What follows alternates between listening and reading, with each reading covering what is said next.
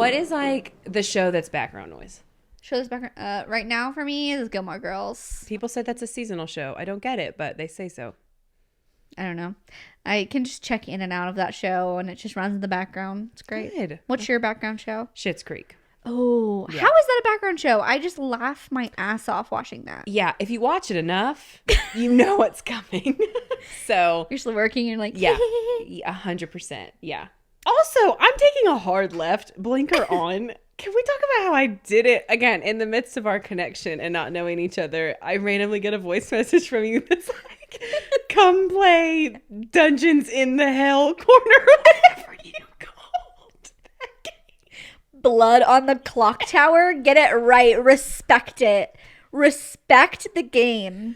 I was like, I want to say yes, and I work for her, and I don't know her, much less her family. This is great. I just started sending you just like I just randomly started sending you voice memos. We communicate almost only through voice memos. I love voice memos. I actually do too. I think it is such an effective way to communicate. Welcome to the pod. Yeah, I feel like, can I say pod? you can. I Or think is that's what that the cool kids cringe? say. Because I feel like No, I think it's what people are saying. They cut that- all their words. That's fresh. I think I'm scared of the teenagers I work with calling me cringe. Yeah. My cousin, who was like 14 at the time, called me cringe, and it really crushed my spirits. For sure. We don't want to be cringe. We want to be cool. Yeah, we just want to be cool. Yeah. Which probably makes us cringe. Totally. Yeah. Sorry, I'm like peak millennial cringe. Same. Yeah, that's fine. Although I have had a Facebook since I was 13 years old, and you know what's cringe? My Facebook posts when I was 13 years old. How old are you? How old are you? 30? I know. I didn't have a Facebook that early. Tell me you had a 'cause MySpace, you weren't cool. though. Of course I had a okay. MySpace. Also, tell me that you've asked Kimberly how she met her husband. Probably. The answer is MySpace. The answer is Space of the My. Mm-hmm. So when we have I her asked her on, just- I need to ask Yeah, her. I had her just the other day in that office. I was like, "Hey, tell me how you met your husband." She said, "Girl, MySpace." I said, "Top 8?" She said, "Yeah." What do you have on his profile? I know, right? What song? Because at some point I was Pina Colada song with the beach background. Was Whatever. I don't remember like what I had. I wanted to be No. cool so badly. I think I was. but- Were you? Yeah, for sure. You had a Pina Colada song with the beach background. Okay. Hold your judgments. I know you're No. off the clock, but damn. No, I'm not gonna hold my judgments. I am judging. Okay, well, judge away. That's all. That's the only Yeah, one I it's can fine. remember. Oh, I think I had the fray as a song. Shit. I just always wanted to post something that like meant I was deep or something. Okay. Or like emotional. Well, Enneagram 4 with you there. I'm not even I an Enneagram know. 4, but I know. think I just wanted to be seen. Unique and seen. Yeah, don't we all? When I was, 12, 13 years old, I wanted to be like, Yeah. oh, wow, like, you have feelings? I don't know. I wanted somebody to ask me about it. Nobody ever did. Oh, such a bait, baby. Put that absolutely. bait out there and hope I take it. If I had Instagram or Snapchat or whatever when I was like 13, I definitely would have posted the like having a hard day today. Oh, like damn. Pray for wanting me. people. Oh, pray for me. Yeah. Yeah. I wanted people to ask me. They didn't. I know. I love the I was meme that. that's like from 0 to 18. That was just chapter 1. Like, if I knew you, then you don't know me now. And I'm like, Oof. yes. Like, please. I'm not the same. I know. It's scary. I know. Luckily, like everybody's changed since high school, but I'm like, oh gosh, please don't judge me for what I did. And when I said in high school, I ew, know, it's gross. that is cringe. It is. It is. Welcome back to the pod.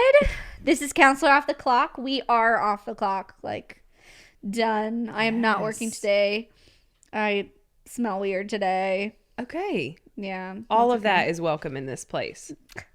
I feel so welcome. Yeah, that's part of the gig. And we hope everybody at home feels welcome too. I'd like to start where I started kind of last time of how are you really today? So a lot of times, we check in with our clients and they're like, good. And I'm like, how are you really? And they're like, bad. Let's just skip the good part. You don't have to be Good. You can be good. How are you? I'm great. I'm great today. I am loving the weather. I enjoy the colder months of the year. So 'tis the season for sweatshirts and warm blankets and all of those things.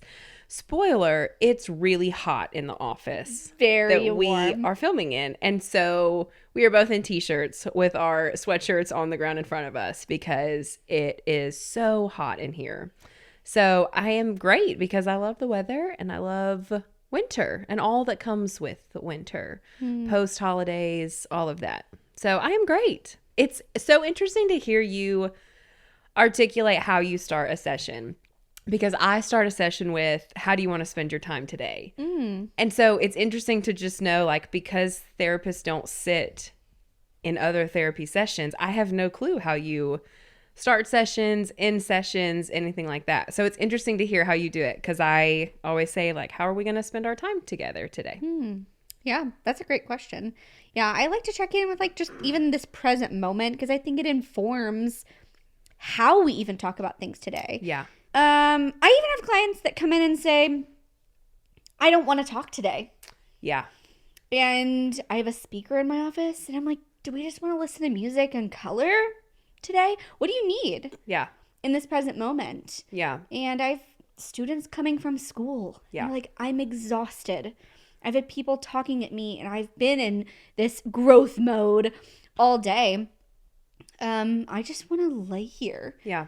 And I know we only see that, like, on TV or in portrayals of therapy. Yeah. But sometimes people do lay down on the couch. Yeah.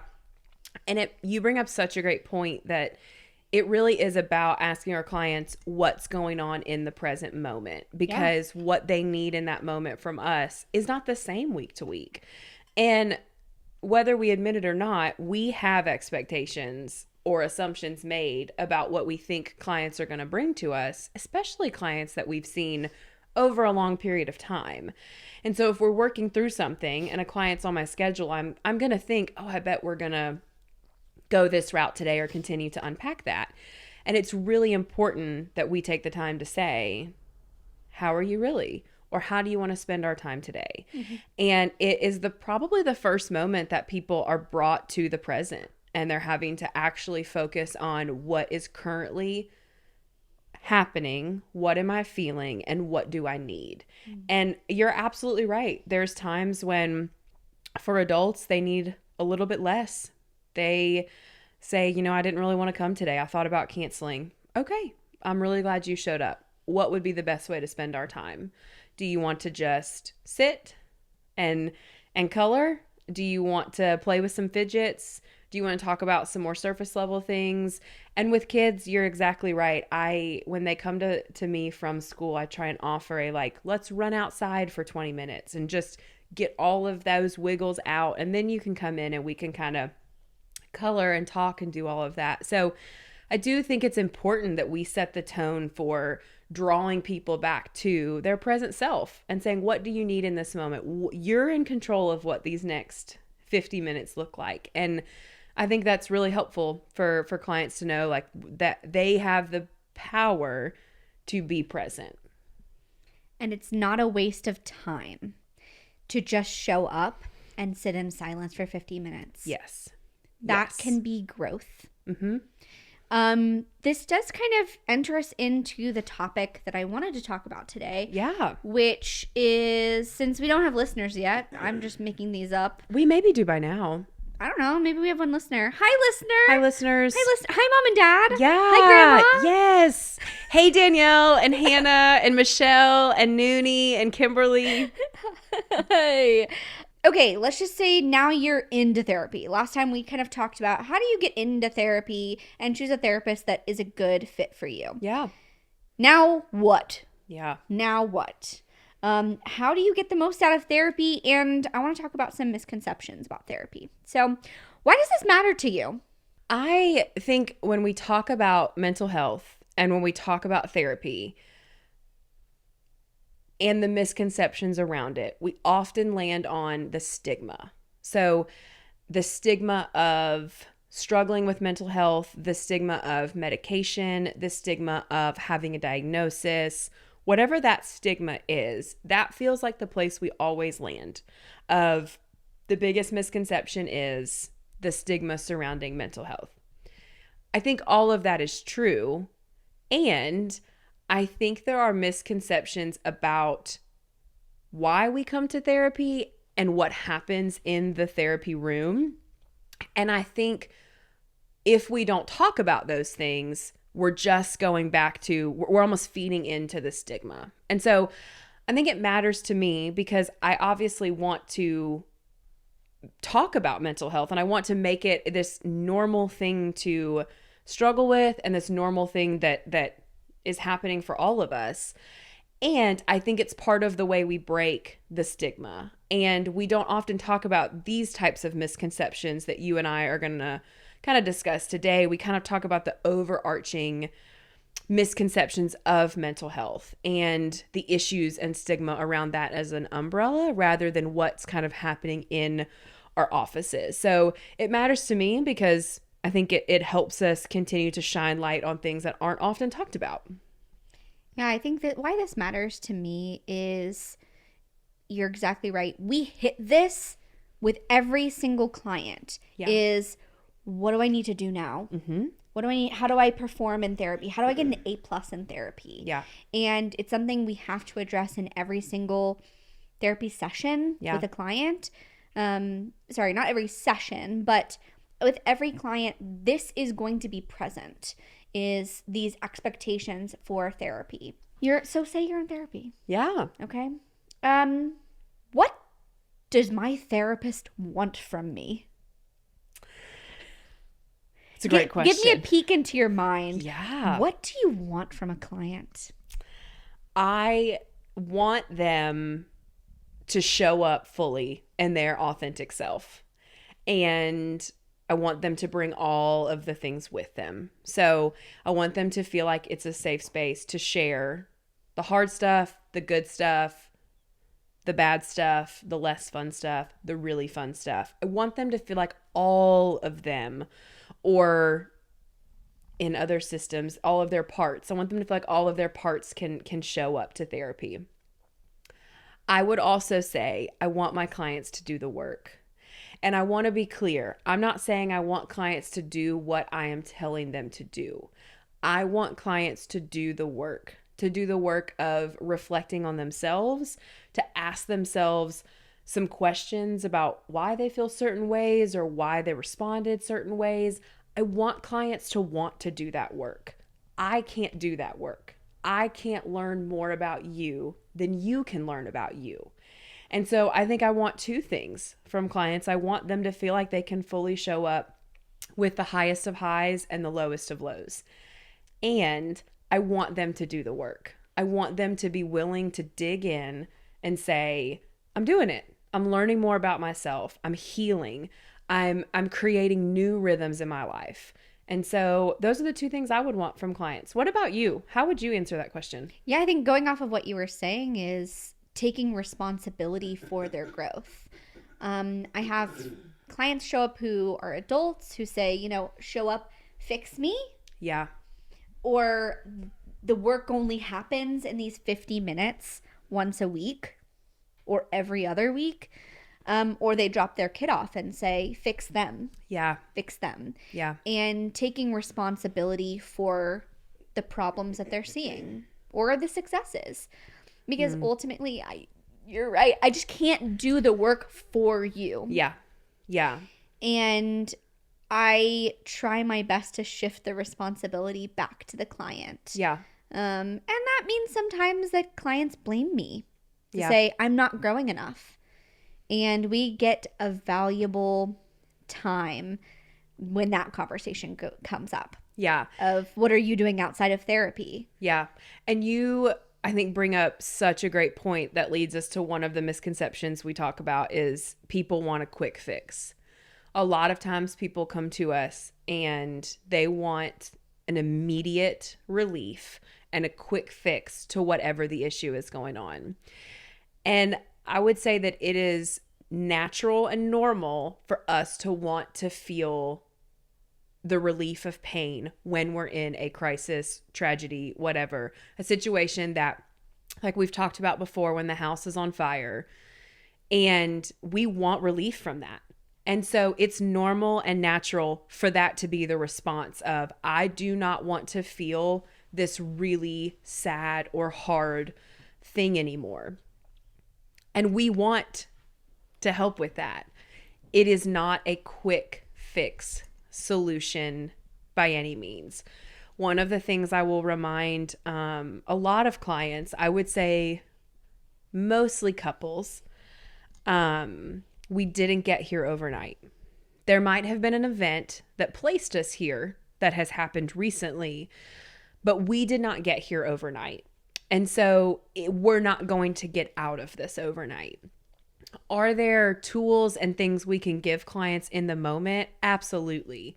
But we can't fix it all in 50 minutes. And so this idea that they're searching for a quick fix is one of the misconceptions of, well, I should feel better after one session.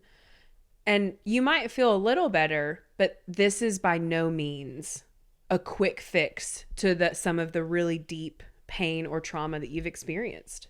I often see that people actually feel worse. I hate to say that, but that's really good. Most people actually start to feel worse before they feel better. You know, they've got all their systems to avoid the problem. Yeah. And now what I'm asking them to do in therapy is to look at the problem. Yes. And it's uncomfortable. Yes. And it's unsettling sometimes. Yeah. To redo those systems. Mm-hmm. And I think it's fair to remember, like, this is uncharted water for most of us. So even if it's not your first time in therapy, what lands you in therapy might be different this time. And so remembering that with ourselves and with clients, this is new territory. We might not have gone in and explored this yet. And so again, let's have some compassion and patience for ourselves, as we've never been in this before. We're unsure what this whole situation it looks like and how we got here. So I think what stops people from growing in therapy is thinking too much about what my therapist wants from me. I mean, because you're totally right. I just want somebody to show up authentically, whatever that means for them. And I think people feel bad. Let's just say I assign quote unquote homework. And they will feel bad about saying, I didn't do it. Yeah. I'm so sorry. I didn't do it. Or, we talked about how to work on things outside of therapy. Mm-hmm. And they're like, I just didn't. Yeah. And they feel like they're disappointing me. Mm. And that can be a major hindrance to actually growing in therapy. Yeah. Is show up unapologetically. Yeah. Or explore what is there. I think this is usually a great opportunity for us to talk about. I am pulling for you. Yeah. And I can't work harder than you. Yes. So even if you show up once a week for 50 minutes a week, we're going to get there eventually. Yes. It is going to take a lot longer if you are unwilling to do anything outside of here. Yeah. We'll get there. But what's going to be the best is you take what we learn in therapy and apply it outside of the room. Yeah. And that's the hardest part. Yes. It's easier when I'm sitting there going, like, get it. You got this. You're enough. But it's harder when the voices outside of the therapy room are getting to you. Yeah. And I think you bring up another misconception of therapy, which is our relationship dynamic with client and counselor is the same as every other relationship dynamic out there. So similar to what you're talking about, as clients have expectations of how we should respond, or our level of disappointment, or our level of excitement for them. And the way they measure that is by their other relationships, whether that's parents or peers or siblings or friends. That's what they're using to measure the health or success of their relationship with their therapist. And the misconception is that it's the same, and it's not. The relationship that clients and counselors have is unique, because It is a judgment-free zone. It is a anything is welcome, come as you are, which are all statements we've heard in probably very different areas of our lives and might even be triggering for some people. But that is why the relationship with therapists and their clients is so different, because it is not an area of expectation and judgment and consequence. It's all of those things don't exist. And so even as you're talking, I'm like, it's so important for people to know that those things aren't present in our therapeutic relationship. And so you can't use that to measure the health and even kindness that occurs between clients and counselors, because it's not the same as your everyday outside relationship. Absolutely not. And we're pulling for authenticity, which means for some people, growth looks like, hey, what you said last week really pissed me off. Yes. Like that, I would be like celebrating for some people to say, listen, you're ticking me off with what you're doing. Yes. Like, you're not responding well enough, or you're not doing this and whatever. Like, giving active feedback to your therapist is showing up authentically. Yeah. Yeah. So it's unlike another relationship if, you came to your friend and was like, I don't like what you said. Right. It would go over differently than if you came to me and said, hey, I don't like what you said last week. Mm-hmm. You really pissed me off. I'm like, yes, we're getting somewhere. Yes. Because you're actually being honest. You're not telling me what I want to hear. Yes. You're telling me what is present. Yes. And I'm a human and I mess up with my clients. And if they're able to express that to me, that means there is health in our therapeutic relationship. That is exactly what I was going to say, is that when a client does that to me, I know that our relationship can handle it because they believe our relationship can handle it. And so I think it's a good indicator. It's an indicator of health, in that I would say health and strength of the therapeutic relationship, because they believe they can fully present all of their thoughts and emotions to me. And that's when I know that we're making headway. So it's really common in kids. Kids are way less fearful of what I think of them. We just want them to think that we're cool, let's be honest. So we offer them Capri Sun and Doritos before they walk in. So we're going to use those things to our advantage. But I think with kids, a lot of that is less present, because they just want to play and get to know you, and you want to get to know them, and it's their space. They're not sharing it with siblings and parents and relatives at all. It's just theirs. What would you say is a misconception about kids coming to therapy, or teenagers or adolescents coming to therapy? Yeah. It is hard when we're speaking on these topics because we're talking about them in a simplified way. Yes. That doesn't apply to everyone, and it is a complex topic. This is why TikTok tips piss me off. Yep. Because it's an oversimplification of an issue or a topic. Yes. All that to say is some things that I do see sometimes, often, is parents dropping their kids off with me and saying, the issue is my child, and I'm going to drop them off every week, and you're going to fix them. Yeah. And kind of bringing it back to what we were talking about earlier is the work happens outside of the therapy office. There is only so much I can do without participation from parents. Yes, absolutely. Yeah. So it's hard. And then they come back to me saying, hey, my kid is not improving, but I don't also want to be a part of the process. And that's really difficult for me. Yeah, it is, because I think we know the success of the kid is very much impacted by their relationship with their parents and the things that happen at home. I had a professor in grad school tell me one time that people can only grow as healthy as the environment in which they live in. And when I think about that with kids, it can be challenging when it doesn't feel like parents are supportive or engaging in the process. And so in some ways it makes me wonder if they're almost stunting the health of the kid, and we are only going to be able to bring them to a certain level because of their environment at home is not going to allow them to develop more. And it makes me really sad because I don't think parents know that and are aware of that, but I actually think it's true that how am I as a therapist going to expect a kid to thrive in an environment where there's no opportunity for him to thrive. There's no fertile soil to plant a seed.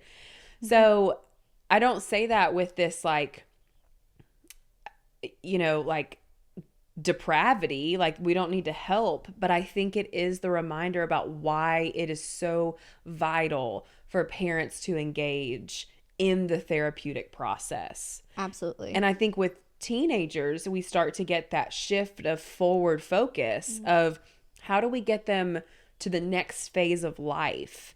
And that still requires parent engagement. It just looks different than when they're 12 and in our office. Another misconception I have when working with teenagers is parents have goals for what their teenagers should do in therapy and look like in therapy. So they'll say, I want my teenager to be happier and I want to have a better relationship. I want them to have better self-esteem and speak up for themselves. Okay. Then I'm working on that in therapy. And the teenager comes back and speaks up for themselves.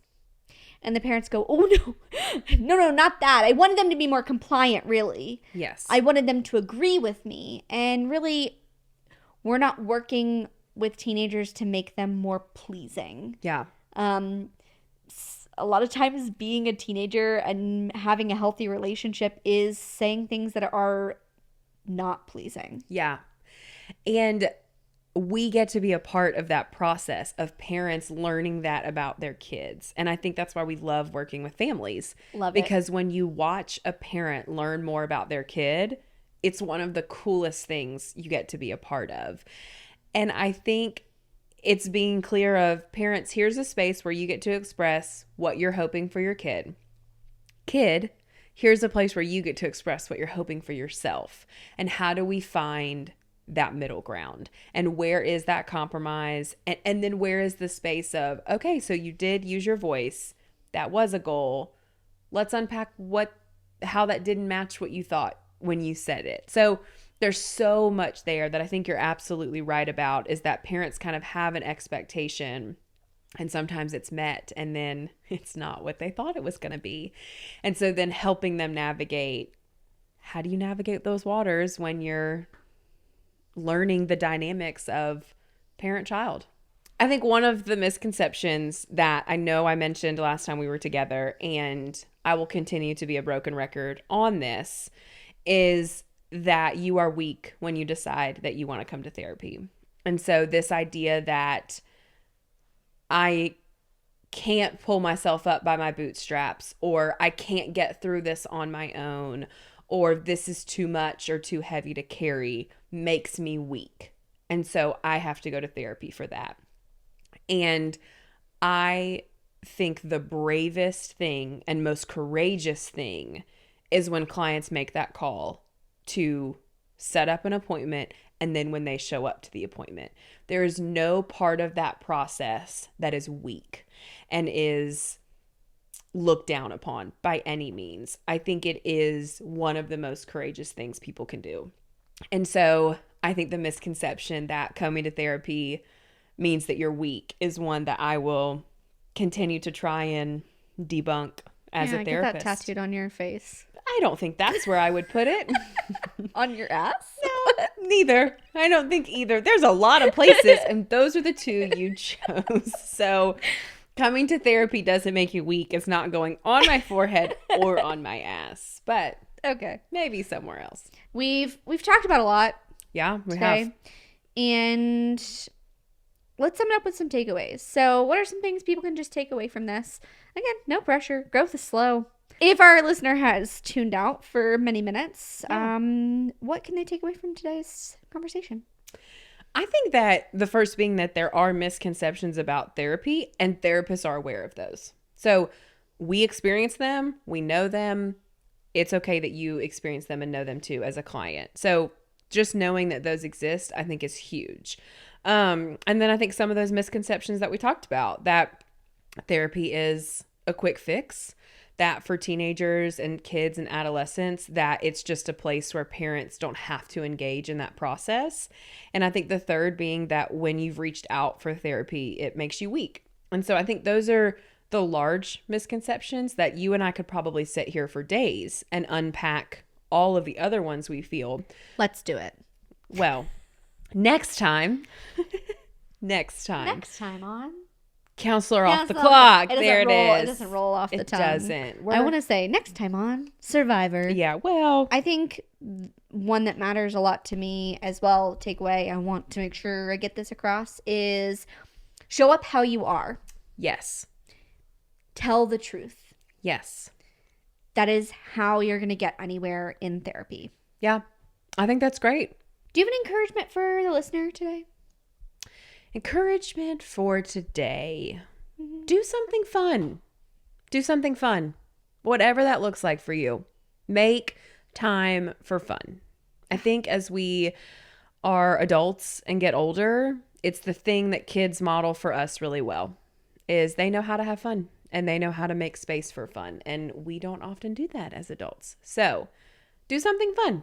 Make space for it. And that gets you an A+ in therapy if you do something fun. Yeah, but it doesn't matter. We're not looking to grade you, but secretly. You do get some gold stars. True. Less notes written about you. Thank you for having me, as always. It's amazing. Yes. All right. Well, we will absolutely see you soon. And I can't wait for that. Next week on the podcast, we're going to talk about something good. Yeah, probably.